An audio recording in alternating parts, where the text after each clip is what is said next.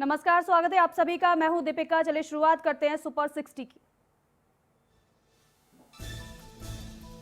देश में कोरोना के 92,605 नए मामले सामने आए हैं। 24 घंटे में कोरोना से 1,133 लोगों की मौत हुई है। देश में कोरोना के कुल 54,620 मामले सामने हैं और अब तक 10,10,824 एक्टिव केस हैं। कोरोना के 43 लाख से ज्यादा मरीज इलाज के बाद ठीक हो गए हैं। देश में कोरोना से 86,752 लोगों की मौत हो चुकी है।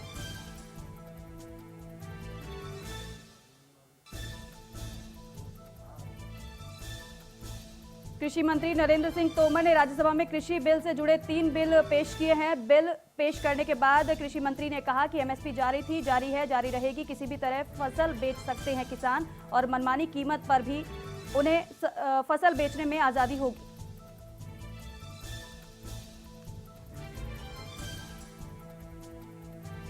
राज्यसभा में कृषि बिल पर कांग्रेस सांसद प्रताप सिंह बाजवा का बयान। बोले, कृषि बिल किसानों की आत्मा पर हमला। बिल पर सहमति किसानों के डेथ वारंट पर साइन करने के जैसा है। किसान एपीएमसी और एमएसपी में बदलाव के खिलाफ है।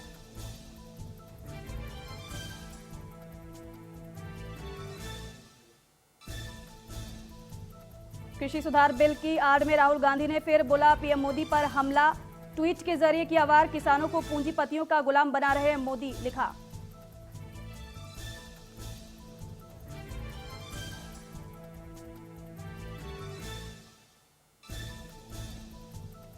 लखनऊ में सीएम आवास पर फिल्म निर्देशक मधुर भंडारकर ने सीएम योगी से की मुलाकात। यूपी में फिल्म सिटी निर्माण को लेकर हुई चर्चा। सीएम योगी ने मधुर भंडारकर को दिया प्रभु राम का सिक्का। रामचरितमानस तुलसी माला भी मधुर भंडारकर को भेंट की।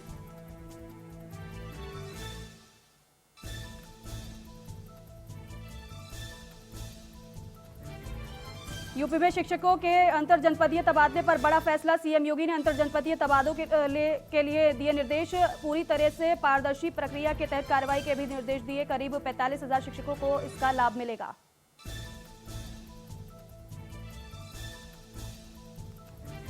यूपी में 31,661 शिक्षकों की नियुक्ति प्रक्रिया तेज। सीएम योगी की पहल के बाद नियुक्ति प्रक्रिया हुई तेज। इन शिक्षकों को नियुक्ति पत्र खुद बांटेंगे सीएम योगी। 1 सप्ताह के अंदर पूरी होगी नियुक्ति पत्र बांटने की प्रक्रिया। इससे पहले 54,706 शिक्षकों की भर्ती कर चुकी है सरकार।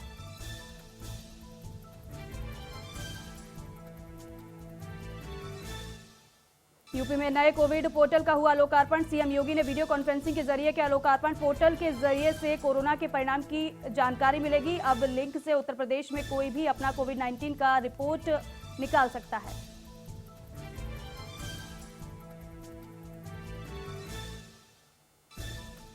वाराणसी में कोरोना के 70 नए मामलों की पुष्टि। जिले में कोरोना के कुल 11,529 मामले आए सामने। कोरोना के 9,636 मरीज इलाज के बाद हुए ठीक। जिले में कोरोना के कुल 1,705 एक्टिव केस हैं। वाराणसी में कोरोना से 188 लोगों की मौत हो चुकी है।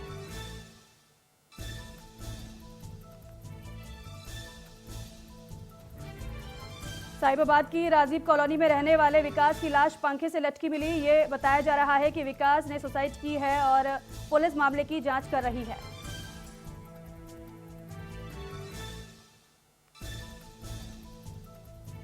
बिहार के नवादा में बीजेपी कार्यकर्ताओं के द्वारा स्वच्छता अभियान और मास्क वितरण किया गया। प्रधानमंत्री नरेंद्र मोदी के जन्मदिन के अवसर पर सेवा सप्ताह के रूप में प्रजातंत्र चौक पर स्वच्छता अभियान चलाया गया। हमीरपुर में युवक ने फांसी लगा ली। पुलिस मौके पर पहुंचकर पूरे मामले की जांच कर रही है। अज्ञात कारणों के कारण फांसी लगाई गई है। सदर कोतवाली क्षेत्र के रमेडी का ये मामला है।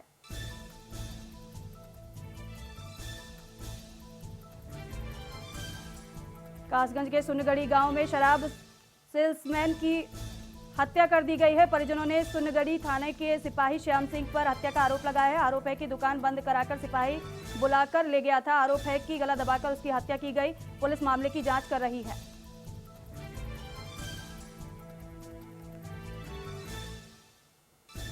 अमेठी में एक बार फिर पुलिस की पेट्रोलिंग पर बदमाशों ने सवाल खड़ा कर दिया है। जगदीशपुर कोतवाली क्षेत्र के रानीगंज के अलहर गांव में अज्ञात बदमाशों से 24 साल के युवक की गोली मारकर हत्या कर दी गई। घर की छत पर सो रहे युवक की अज्ञात बदमाशों ने रात के बाद सुबह 4:30 बजे करीब हत्या कर दी।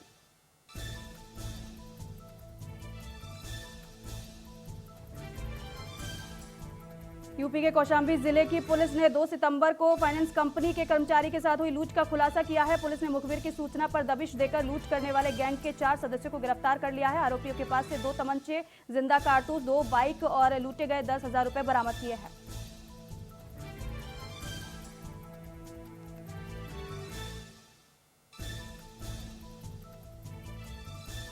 फिरोजाबाद थाना क्षेत्र के दक्षिण क्षेत्र के मालवीय नगर में युवक की हत्या हुई है। बता दें कि युवक की पहचान 25 साल के गौतम के रूप में हुई है। पुलिस पूरे मामले की जांच कर रही है। परिजनों ने हत्या की आशंका जताई है।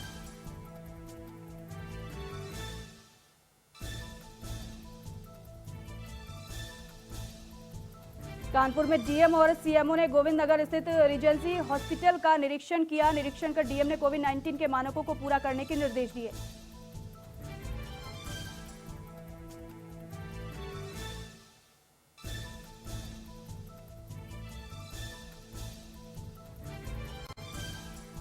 सहारनपुर में भीषण सड़क हादसे में 4 मजदूरों की मौत हो गई। सड़क हादसे में 5 लोग गंभीर रूप से घायल हो गए। थाना तीतरो क्षेत्र के झाड़वन के पास यह हादसा हुआ है। टाटा मैजिक और ट्रक की आमने सामने से भिड़ंत हुई, इसके बाद यह हादसा हुआ।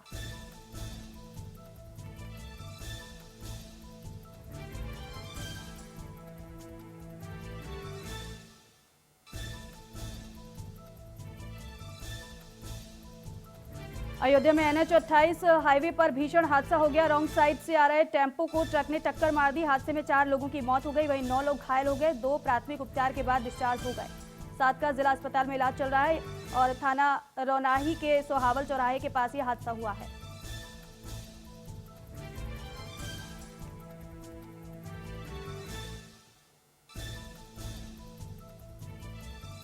प्रतापगढ़ में ट्रक ने बाइक सवार 2 होमगार्ड को टक्कर मार दी। दोनों होमगार्ड की मौके पर ही मौत हो गई। ड्यूटी पर जाते वक्त यह हादसा हुआ। कोहडोर थाने में तैनात थे दोनों होमगार्ड।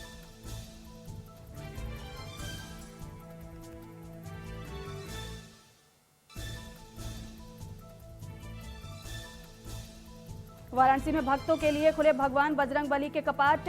लॉकडाउन के बाद आज खुला है बजरंगबली का दरबार। संकट मोचन मंदिर के कपाट श्रद्धालुओं के लिए खुल गए हैं और 183 दिनों के बाद संकट मोचन मंदिर के कपाट खोले गए हैं।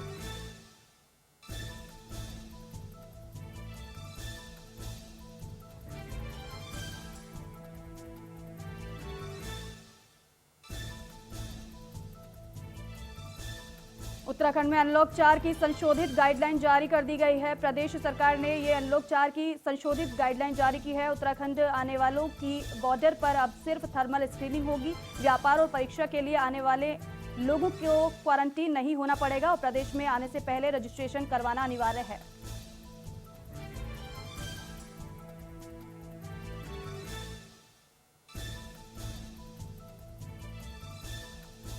नोएडा में फिल्म सिटी के निर्माण को लेकर मशहूर गायिका तृप्ति शाक्य का बयान सामने आया है। तृप्ति शाक्य ने फिल्म सिटी के निर्माण को ऐतिहासिक बताते हुए सीएम योगी को बधाई दी है और कहा है कि इससे यूपी बिहार के कलाकारों को काम के लिए भटकना नहीं पड़ेगा।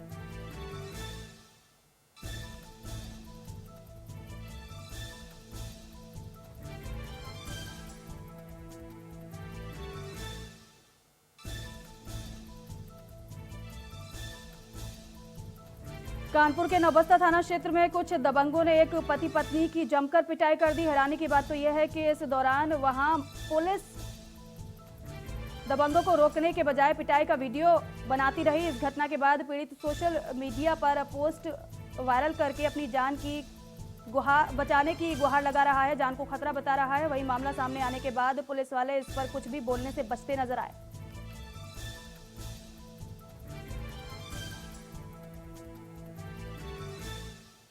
दुमका के शिकारीपाड़ा थाना क्षेत्र में कुछ बदमाशों ने धान व्यवसायी से लगभग 23 लाख रुपए की लूट की। लूट का विरोध करने पर बदमाशों ने धान व्यवसायी की जमकर पिटाई की।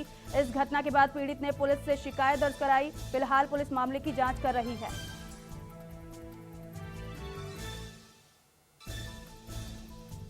महाराजगंज के सोनौली थाना क्षेत्र में पुलिस ने ड्रग्स तस्करी का खुलासा करते हुए भारी मात्रा में ड्रग्स बरामद किया है। पुलिस ने मौके से एक महिला समेत 3 लोगों को गिरफ्तार किया है। आरोपियों के पास से 478 ग्राम ड्रग्स बरामद हुए हैं, जिसकी कीमत अंतर्राष्ट्रीय बाजार में लगभग 4 करोड़ बताई जा रही है।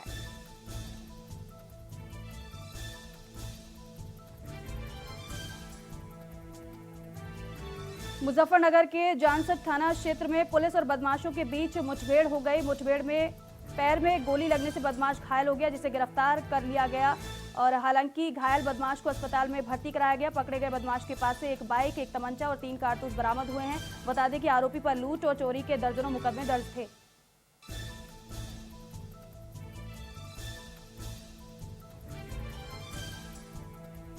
फर्रुखाबाद में भू अभिलेखों में हेरफेर कर लगभग 24 करोड़ की वक्फ संपत्ति के खरीद फरोख्त के माध्यम से हथियाने में डीएम ने व्यवसायी गौरहरी अग्रवाल समेत 4 लोगों को भूमाफिया घोषित कर एफआईआर के आदेश दिए हैं। इसके अलावा एसडीएम सदर को 1 महीने के अंदर आरोपियों के अवैध संपत्तियों की सूची उपलब्ध कराने के भी निर्देश दिए गए हैं।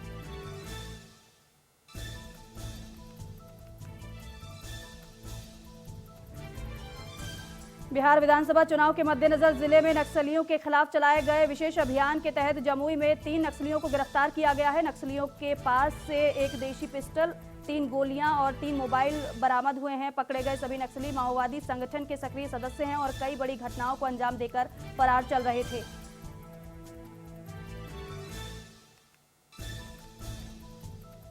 सहारनपुर के साखन कला गांव में मामूली बात को लेकर 2 पक्षों में विवाद हो गया। इस दौरान दोनों पक्षों में जमकर मारपीट हुई। दोनों पक्षों की तरफ से पथराव हुआ और फायरिंग भी की गई। घटना की जानकारी मिलते ही पुलिस मौके पर पहुंच गई और मामले को शांत कराया। फिलहाल स्थिति तनावपूर्ण बनी हुई है और गांव में भारी पुलिस बल तैनात किया गया है।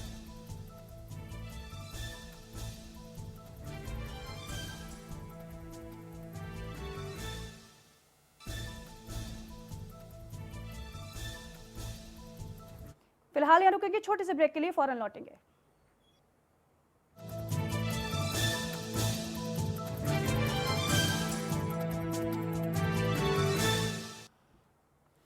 ब्रेक के बाद स्वागत है आप सभी का। चलिए आगे बढ़ते हैं।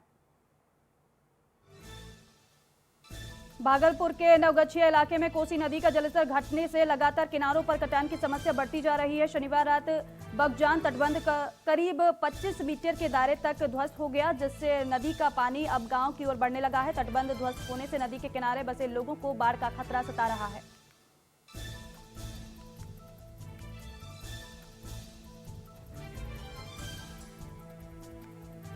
देहरादून में मैक्स अस्पताल में नहीं मिला नेता प्रतिपक्ष को अलग रूम।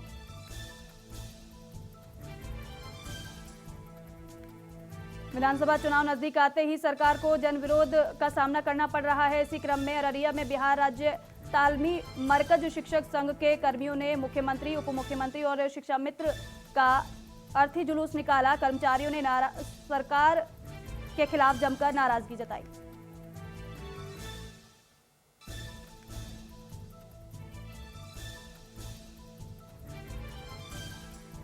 देहरादून में मैक्स अस्पताल में नहीं मिला नेता प्रतिपक्ष को अलग रूम। नाराज होकर मैक्स अस्पताल में नहीं एडमिट हुई नेता प्रतिपक्ष। सिनर्जी अस्पताल में भर्ती कराई गई इंदिरा हृदयेश एसडीयू में नेता प्रतिपक्ष को किया गया भर्ती। हालत नाजुक होने की वजह से अभी एसडीयू में रखा जाएगा।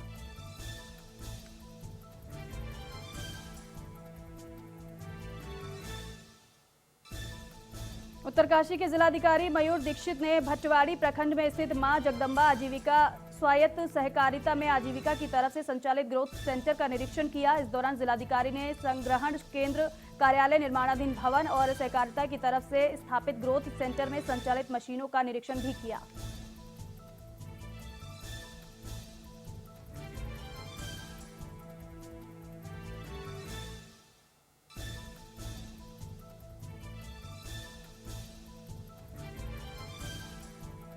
कुशीनगर के मनशा छापर में आशा वर्कर का सीएचसी पर धरना प्रदर्शन हुआ। इस दौरान आशा वर्करों के प्रदर्शन को देखते हुए सीएचसी के स्वास्थ्य कर्मी गायब हो गए। बता दें कि पिछले 6 महीने से आशा वर्करों को वेतन नहीं दिया गया, जिसकी वजह से आशा वर्कर प्रदर्शन कर रही हैं। आशा वर्करों का लगभग 70 लाख रुपए भुगतान बाकी है।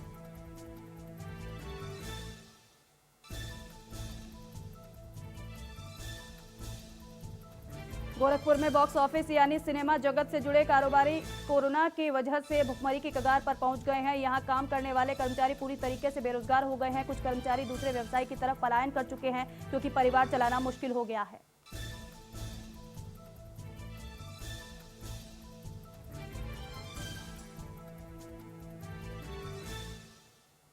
योगी सरकार ने कोरोना काल के बीच फिर से तहसील दिवस और समाधान दिवस का आयोजन करने के आदेश दिए थे, जिसके बाद से यूपी में फिर से पहले की तरह तहसील दिवस और समाधान दिवस का आयोजन शुरू हो गया है। इसी के चलते कानपुर देहात के थानों में समाधान दिवस का आयोजन आईजी मोहित अग्रवाल की अध्यक्षता में कोरोना की गाइडलाइन के मुताबिक किया गया।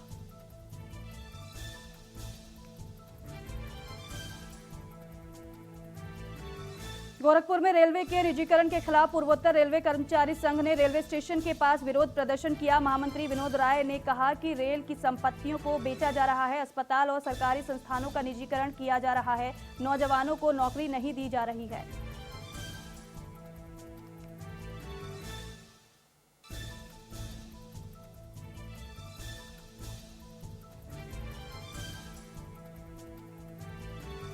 गोरखपुर के कोरोना संक्रमण को लेकर सीएमओ ने रेस्टोरेंट, होटल, मॉल और दुकानदारों से अपील करते हुए कहा है कि सभी लोग कोविड की जांच कराएं। सीएमओ डॉक्टर श्रीकांत तिवारी ने कहा कि किसी तरह की गाइडलाइन नहीं आई है, लेकिन जो भी नए रेस्टोरेंट, मॉल और दुकानदार हैं उनसे अपील करते हैं कि अपने नजदीकी कैंप में जाकर कर्मचारी खुद जांच कराएं।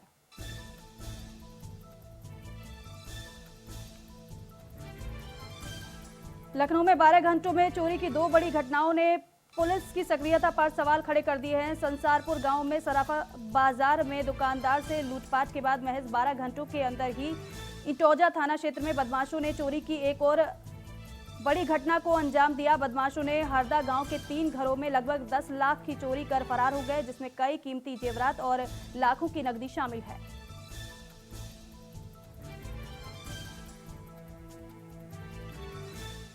गाजियाबाद के नंदग्राम इलाके में अवैध निर्माण पर बुलडोजर चलाने पहुंची नगर निगम के खिलाफ लोगों ने जमकर विरोध प्रदर्शन किया। वहीं मौके पर मौजूद नगर निगम के अधिकारियों ने बताया कि अभी एक मकान पर कार्रवाई की गई है, करीब 100 मकानों पर कार्रवाई होनी अभी बाकी है। अवैध निर्माण हटाए जाने के आदेश दिए जा चुके हैं, बावजूद इसके उन्होंने निर्माण हटाने का विरोध किया है।